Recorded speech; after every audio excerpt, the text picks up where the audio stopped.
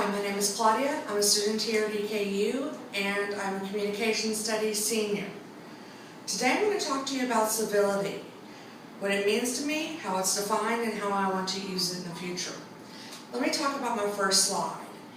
I chose not to put workplace civility up there because the workplace is wherever you are when you're doing work. It's not in one location. And it changes depending on what kind of business you get into. So, civility.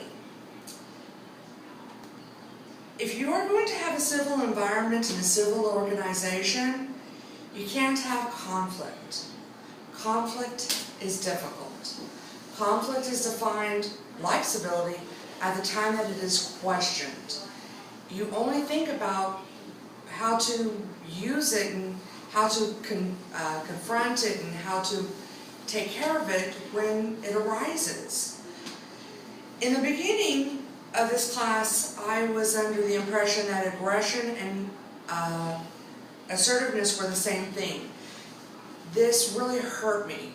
I came from a culinary background where stress and conflict, high-paced nights ruled my life, and I thrived in it. I really enjoy that environment. So when I started questioning and learning and doing my research about civility and taking a look at what makes conflict a big part of being civil, and because you have to manage conflict to be civil, as I said, I got worried, but through this class I've learned a whole lot.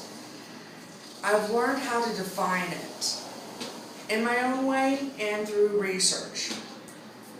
My first definition comes from Boyd, and he says, the manners, politeness, courtesies, or other formalities of face-to-face interactions in everyday life. In this view, to be civil is to speak or interact with others in ways that are mannerly, respectful, and sociable.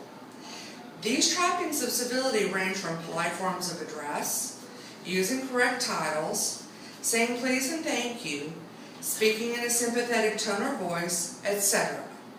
To matters of etiquette, table manners, other social norms, those things really resonated with me, especially being in a culinary background. I have to be very civil and very mindful of conflict while in the kitchen, or else a lot of people get hurt. My next definition comes from Lauer. How we approach our fellow human beings. Civility means treating others with dignity and respect. I'm a Southern woman. It's what I'm supposed to do. I'm supposed to treat other people with dignity and respect, whether they deserve it or not. These things are at my core. I appreciate them. I will try to live them. My third definition comes from Pearson, Anderson, and Porath. Civility in action. Civility is behavior that helps to preserve the norms for mutual respect at work. It comprises behaviors that are fundamental to positively connecting with another, building relationships, and empathizing. These things go back to being in the workplace. When you are around people that you have to be around to make money and survive, earn your living, you may not get along with these people. But whether you get along with them or not is beyond the realm of what matters. You have to make it work. There's just no way about it. So how will I apply what I've learned? When conflict rears its ugly head, I want to remember, how does it feel to be on the receiving end of a bully? I want to remember that it's okay to be assertive. There's no substitute for dignity and respect.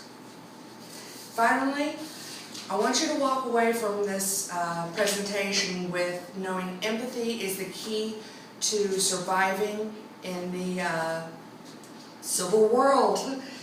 If you can't empathize and imagine yourself in the shoes of others, you won't go anywhere because you won't grow. I want to practice civility by leading, I want or to prove civility by leading with the example. Thank you.